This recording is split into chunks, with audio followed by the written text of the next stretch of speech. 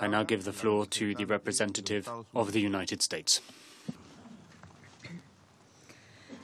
Thank you, Mr. President. Thank you, Mr. de Mistura, and thank you, Mr. Markram, for your briefings. Almost exactly 1 year ago, I stood on the floor of the Security Council and held up pictures of dead Syrian children. After that day, I prayed that I would never have to do that again. I could. There are many truly gruesome pictures. Many of us have worked hard to ensure that one day we would not have to see images of babies gassed to death in Syria. But the day we prayed would never come has come again. Chemical weapons have once again been used on Syrian men, women, and children. And once again, the Security Council is meeting in response. This time, I'm not going to hold up pictures of victims. I could. There are many, and they are gruesome. Worse are the videos imprinted in our minds that no one should ever have to see. I could hold up pictures of babies lying dead next to their mothers, brothers and sisters, toddlers and infants still in diapers, all lying together, dead. Their skin is the ashen blue that is now tragically familiar from chemical weapon scenes. Their eyes are open and lifeless, white foam bubbles from their mouths and noses. Pictures of dead Syrians who are not soldiers, people who are not armed, people who are the very definition of innocent and non-threatening, women and children hiding in basements from a renewed assault by Bashar al-Assad, families that were hiding underground to escape Assad's conventional bombs and artillery. But the basements that Syrian families thought would shelter them from conventional bombs were the worst place to be when chemical weapons fell from the sky. And Saturday evening, the basements of Douma became their tombs. It's impossible to know for certain how many have died because of access to Douma is cut off by Assad's forces. But dozens are dead that we know of, and hundreds are wounded. I could hold up pictures of survivors, children with burning eyes, choking for breath. I could hold up pictures of first responders washing the chemicals off of the victims, putting respirators on the children. First responders walking through room after room of families lying motionless with babies still in the arms of their mothers and fathers. I could show pictures of a hospital attacked by the chemical weapons. I could show pictures of hospitals struck by barrel bombs following the chemical attack. Ambulances and rescue vehicles have been repeatedly attacked, maximizing the number of dead civilians. Civil defense centers have been attacked in order to paralyze the medical response, to increase the suffering of the survivors. Who does this? Only a monster does this. Only a monster targets civilians and then ensures that there are no ambulances to transfer the wounded, no hospitals to save their lives, no doctors or medicine to ease their pain. I could hold up pictures of all of this killing and suffering for the Council to see. But what would be the point? The monster who was responsible for these attacks has no conscience, not even to be shocked by pictures of dead children. The Russian regime, whose hands are all covered in the blood of Syrian children, cannot be ashamed by pictures of its victims. We've tried that before. We must not overlook Russia and Iran's roles in enabling the Assad regime's murderous destruction. Russia and Iran have military advisors at Assad's airfields and operation centers. Russian officials are on the ground helping direct the regime's Starve and Surrender campaign, and Iranian allied forces do much of the dirty work. When the Syrian military pummels civilians, they rely on the military hardware given by Russia. Russia could stop this senseless slaughter if it wanted, but it stands with the Assad regime and supports without any hesitation. What's the point of trying to shame such people? After all, no civilized government would have anything to do with Assad's murderous regime. Pictures of dead children mean little to governments like Russia, who expend their own resources to prop up Assad. And this council, which saw these pictures last year, has failed to act because Russia has stood in its way every single time. For a year, we've allowed Russia to hold the lives of innocent Syrians hostage to its alliance with the Assad regime. This allowed Russia to also weaken the credibility of the United Nations. We are quick to condemn chemical weapons in the Security Council, but then Russia prevents any action, vetoing 5 resolutions on this issue alone, 11 vetoes altogether to save Assad. And our lives go on as usual. The Council created the Joint Investigative Mechanism.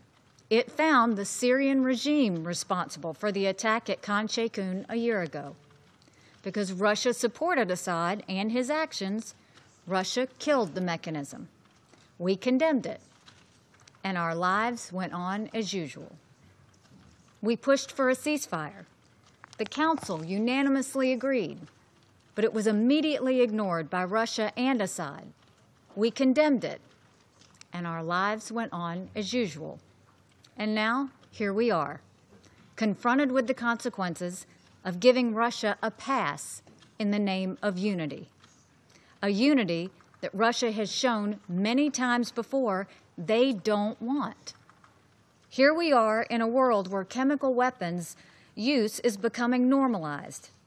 From an Indonesian airport to an English village to the homes and hospitals of Syria. Since the Assad regime used chemical weapons at Khan Sheikhoun 1 year ago, chemical weapons have been reportedly used dozens of times, and this council does nothing. What we are dealing with today is not about a spat between the United States and Russia. This is about the inhumane use of chemical agents on innocent civilians. Each and every one of the nations in this council are on record opposing the use of chemical weapons. There can be no more rationalizations for our failure to act. We have already introduced and circulated to the Council a resolution demanding unrestricted humanitarian access to the people of Douma. Assad is doing all he can to assure maximum suffering in Douma. Our priority must be to help the starving, the sick, and the injured that have been left behind. We also call on this Council to immediately reestablish a truly professional and impartial mechanism for chemical weapons attacks in Syria, including the attack this weekend. We hope our colleagues on this Council will join us, as they have before. This is the very minimum we can do in response to the attack we just witnessed. Russia's obstructionism will not continue to hold us hostage when we are confronted with an attack like this one. The United States is determined to see the monster who dropped chemical weapons on the Syrian people held to account. You have heard what the President of the United States has said about this. Meetings are ongoing. Important decisions are being weighed even as we speak. We are on the edge of a dangerous precipice. The great evil of chemical weapons use that once unified the world in opposition is on the verge of becoming the new normal. The international community must not let this happen. We are beyond showing pictures of dead babies. We are beyond appeals to conscience. We have reached the moment when the world must see justice done.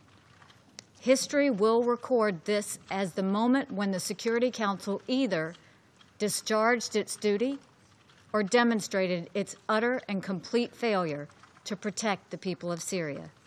Either way, the United States will respond. Thank you. The representative of the Russian Federation has requested the floor to make a further statement. The Russian Federation has the floor. Thank you, Mr. President. I, like my Dutch colleague and friend, have 3 points to put forward.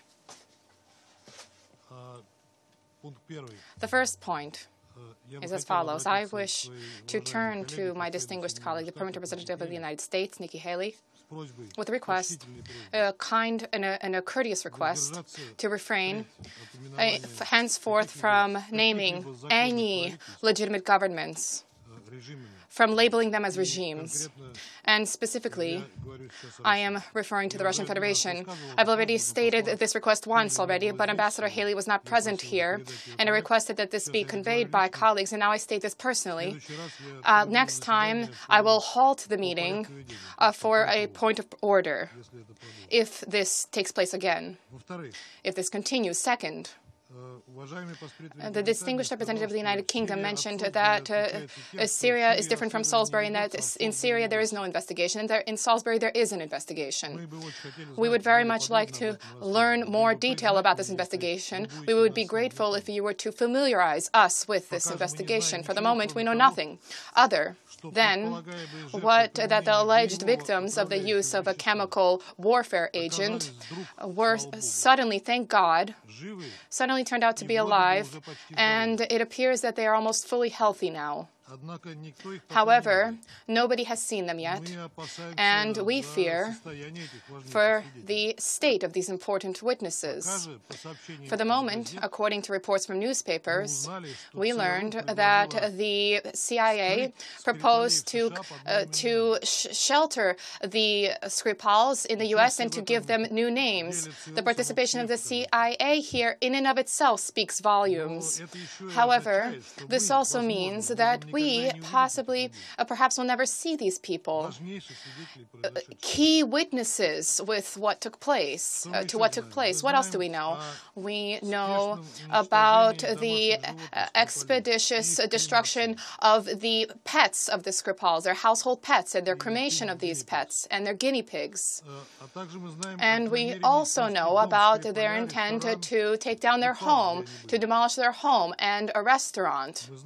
We also know that Yulia Skripal's sister, Victoria, and who wished to meet with her, her request for a visa, a British visa, was denied. Why is that the case? That's all we know. So once again, I would note that we very much wish to learn more detail about what is taking place. We would be grateful to our British colleagues if they would regularly familiarize ourselves with the course of the investigation. And lastly, third, Mr. President, today we gathered here not to address a situation in Duma. The agenda item is called Threats to International Peace and Security. And yet, of course, the situation around Duma and the so-called chemical attack served as a prompt for this. But today's meeting, what Stefan de Mistura spoke about and what the Secretary General previously spoke about, we are moving to a dangerous threshold. And unfortunately, this is not being understood by those playing those dangerous games and spreading about and disseminating reckless threats. Reckless threats, irresponsible threats. Today, once again, we heard what we have heard on a number of occasions already. None of our Western colleagues wishes to hear and to listen to the objective information. Nobody casts any doubt on the sole version of what took place. What kind of investigation? Why do you need it? You've accused Damascus of a chemical weapons attack, not only prior to an investigation, but even prior to the report surfacing about this incident. You are not convinced by the information we provided to you today. You merely don't wish to hear this. We already told you there are no witnesses to the use of chemical weapons at all. There are no traces of weapons, neither the victims, neither killed, nor the wounded. Nobody turned to the hospitals. The footage that was shown was clearly staged, which was provided by the White Helmets. We demand that the OPCW mission immediately immediately visit Duma, immediately visit to the area of the alleged chemical weapons attack, to interview medical staff and residents, and to collect soil samples. My British colleague mentioned that an investigation alone can determine who the perpetrators were. I agree. However, this in no way prevents you from identifying perpetrators, labeling the Syrian regime as this. These two don't really go hand in hand. The regime, quote unquote, I stress that the regime, quote unquote, I reiterate, we insist that the OPCW mission immediately visit to Duma. The Syrian authorities and Russian troops stand ready to provide the necessary conditions for this to take place. And lastly, with respect to the investigative mechanism in the independent, we also are in favor of this. Let us recall that our draft resolution with a proposal to set up such a mechanism is in blue. And we stand ready to adopt it today, if necessary. Thank you, sir. I thank the representative of the Russian Federation for his statement. I now give the floor to the representative of the Syrian Arab Republic. Thank you, Mr. President.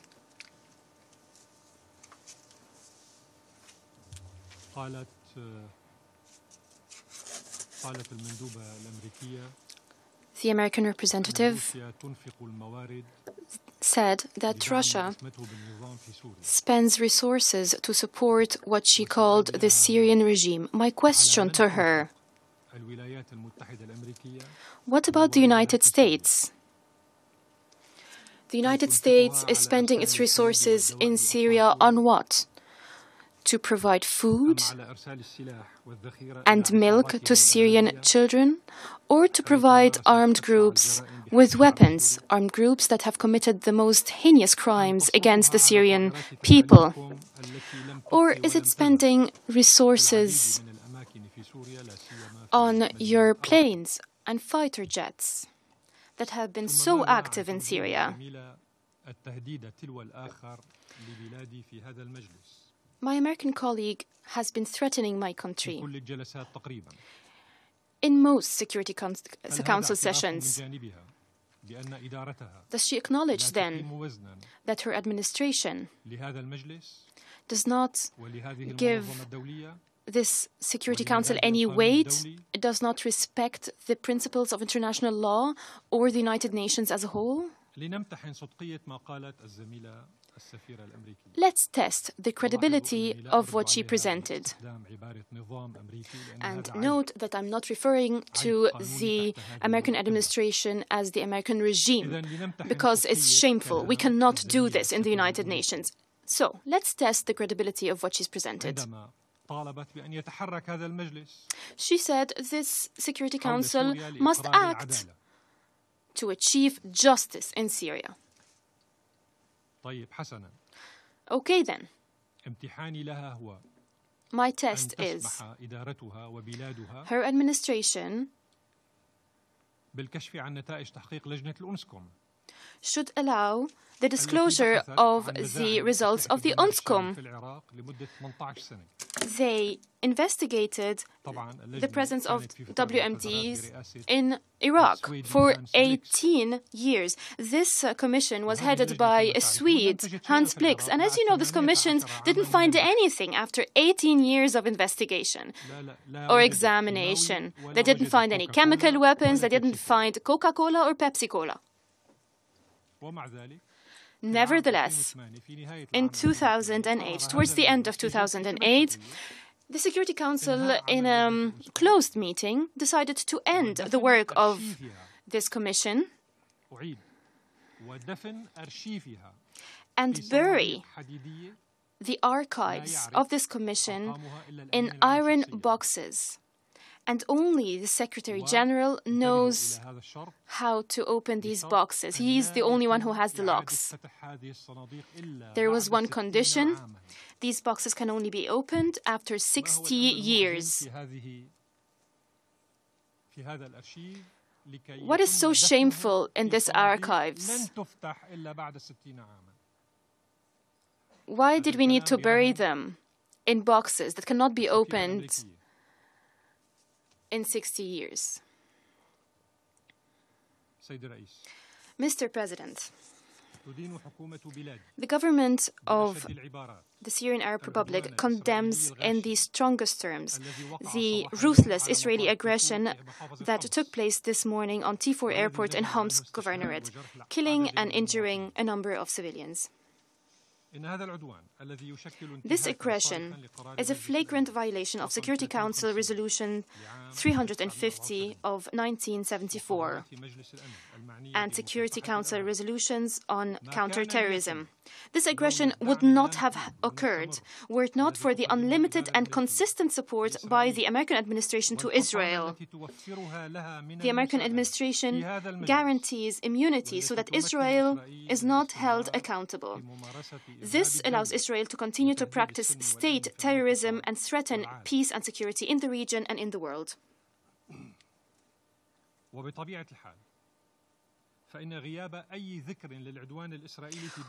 Of course, Western countries did not refer even to the Israeli aggression in their statements. That means that they are complicit and they support this aggression. Unfortunately, my dear friend de Mistura did not listen to Netanyahu saying this morning that it is Israel that launched this aggression. This is why I was surprised when he said that the United Nations is not able to verify the identity of the perpetrators of this aggression. Well, Netanyahu himself, Mr. Mistura, is saying that he launched this aggression. Why didn't you refer to Israel? Why didn't you explicitly say Israel is to blame for this aggression? This Israeli aggression is an indirect response to the successes of the Syrian Arab Army. The army succeeded in expelling armed terrorist groups from the suburbs of Damascus, rural Damascus, and other Syrian territory. Those groups have been shelling the Syrian people, kidnapping civilians, detaining them, using them as human shields. Damascus alone was targeted by 3,000 missiles within 3 months, killing 155 and injuring 865 civilians, most of them women and children. The Syrian government stresses that the repeated Israeli aggressions did not and will not protect Israeli agents from terrorist groups. They also will not and did not divert the attention of the Syrian Arab Army from the decisive military victory over terrorists. Mr. President, the American anti-racism activist Martin Luther King said, and I quote, "A lie is like a snowball. The further you roll it, the bigger it becomes." End of quote. It seems that this wise saying holds true at any time and at any place. The governments of some countries are lying incessantly. Fortunately, though, they're not quite perfecting the details of their web of lies. Just as the famous character of Baron Münchhausen in German literature.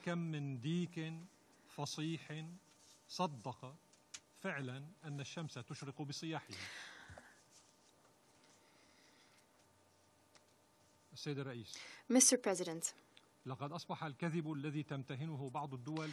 some permanent members have become professional liars, and this in itself is a weapon of mass destruction.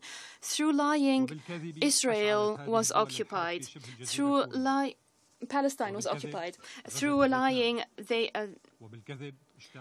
fueled the war in the Korean Peninsula. Through lying, they invaded Vietnam. Through lying, they invaded Grenada. Through lying, they occupied Iraq. Through lying, they destroyed Libya. Through lying, they established Takfiri terrorist groups such as Al-Qaeda, Taliban, ISIS, Al-Nusra Front, Jaish al-Islam, and the list goes on. And through lying, these countries are trying to defeat Syria and prepare the ground for an aggression.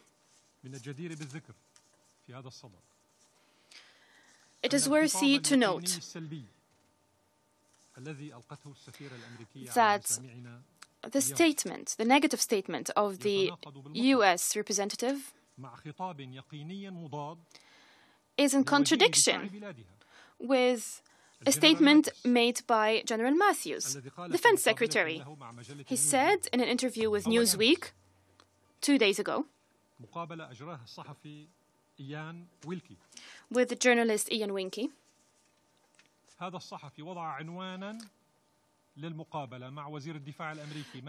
this journalist used a title for this interview. I will read it out in English.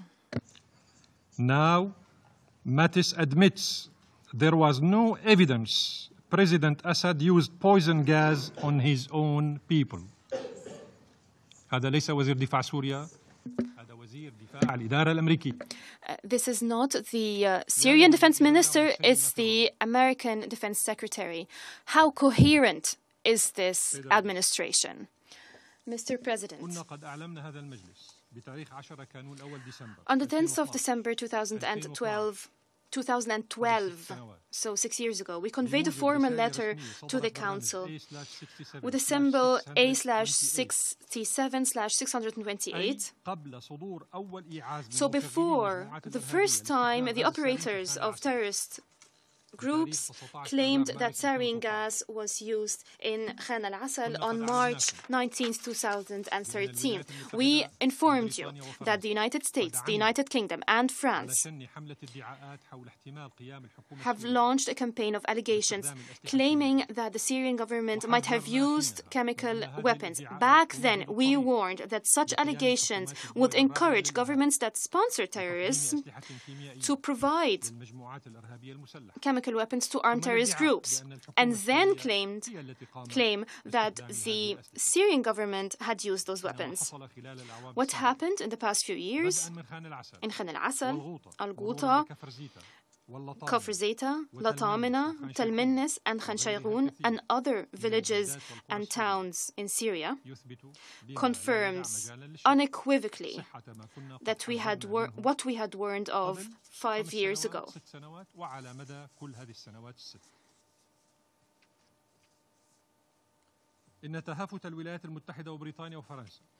The United States, the United Kingdom, and France have been so eager to hold one meeting after the other, based on fabricated information.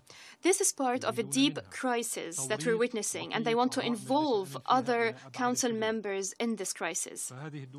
These three countries created in the Security Council since 2013 a big elephant of lies and deceit, and this elephant is living today in this chamber and is stamping with its huge feet on the credibility of this council. It seems that these countries called for holding this session to support terrorists and to obstruct the agreement reached about Duma.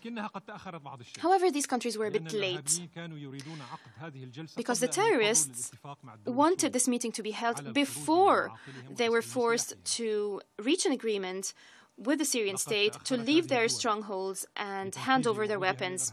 These countries were late in fulfilling their promises to the terrorists. It would have been better not to repeat this broken record and not to rely on false reports from mercenaries, so-called white helmets, that were established by British intelligence officer James Lomiziri. He's British, but his name is French. What proves that these countries were lying is that the residents of Duma left the city safely. 170,000 civilians left the city safely. Those terrorists chose to reach an agreement with the Syrian state as the last resort for them and their families. Buses are transferring them and their families to the city of Jarablus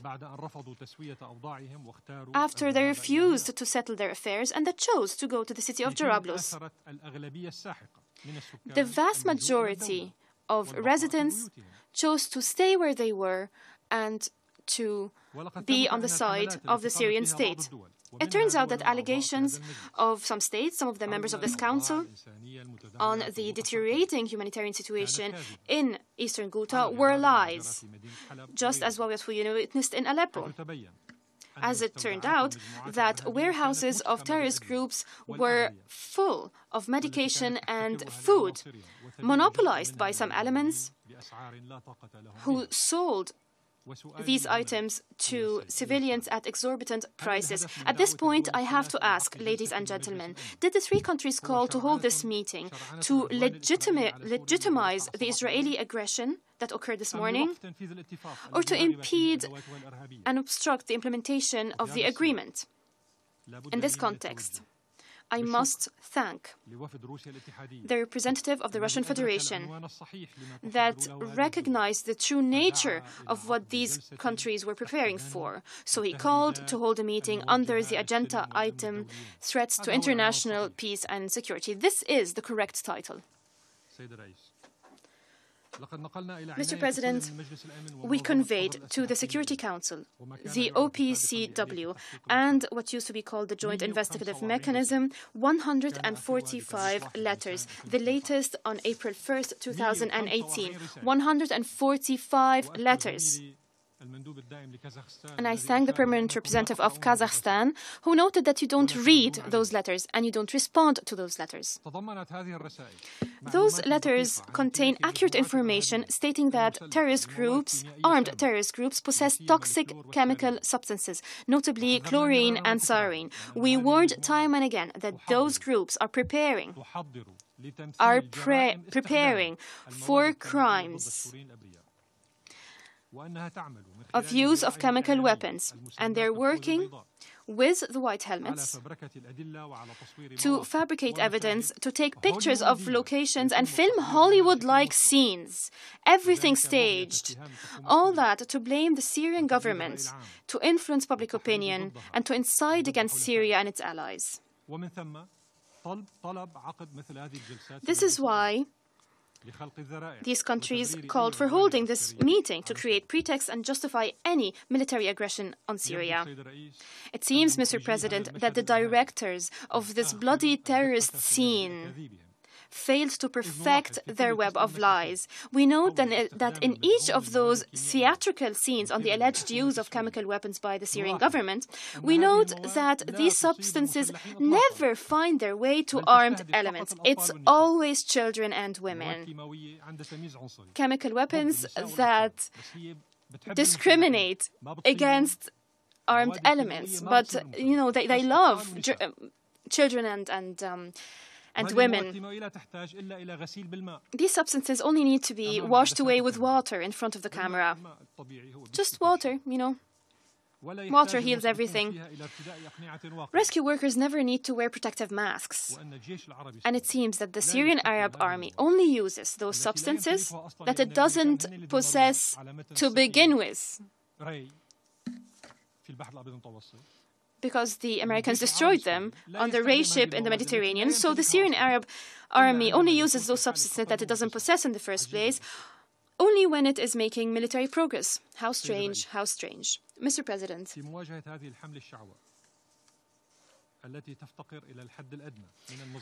this campaign lacks the minimum standards of credibility. It relies on fabricated information from social media. Armed elements have been fabricated in this information. I announce from this rostrum that Syria is prepared to facilitate a fact-finding mission from the OPCW to the place of incident in Douma as soon as possible to investigate and verify these allegations. We agree with the Russian proposal to listen to the fact-finding mission's report after it visited Raqqa. We welcome this visit as soon as possible. I hope this offer does not face the same fate as our first offer that we presented to the Secretary General Ban Ki-moon after the incident in 2013. In March 2016, 13 in Khan al-Assal. Back then, we asked the Secretary General to provide assistance to the Syrian government so that we're able to investigate what happened in Khan al-Assal immediately. It took the UN 4 months and 11 days. As you recall, Dr. Syllström was sent to Syria. It took the UN 4 months and 11 days. That is how the UN interpreted the term immediately, 4 months and 11 days. And when Dr. Syllström arrived in Damascus to investigate what happened in Khan al-Assal,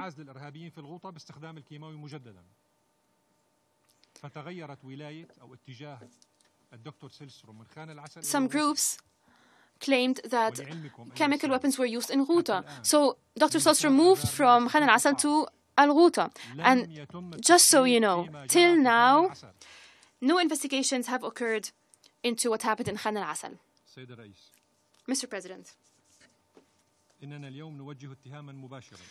today we directly accuse Washington, Paris, London, Riyadh, Al-Doha and Ankara of providing ISIS, Al-Nusra Front, Jais al-Islam, Faylaq al-Rahman and dozens of affiliated terrorist groups with toxic chemical substances to be used against Syrian civilians. We accuse them of starting those massacres, of fabricating evidence to falsely blame the Syrian government of the use of toxic chemical substances to prepare the ground for an aggression against my country, just as the United States and the United Kingdom did in Iraq in 2003. Yes. We say to the United States and the United Kingdom and France that in Syria and Iraq we eliminated the vast majority of ISIS elements within 3 years, not within 30 years, as Mr. Obama has said, within 3 years and not within 30 years, as these countries had planned to justify undermining the stability of the region.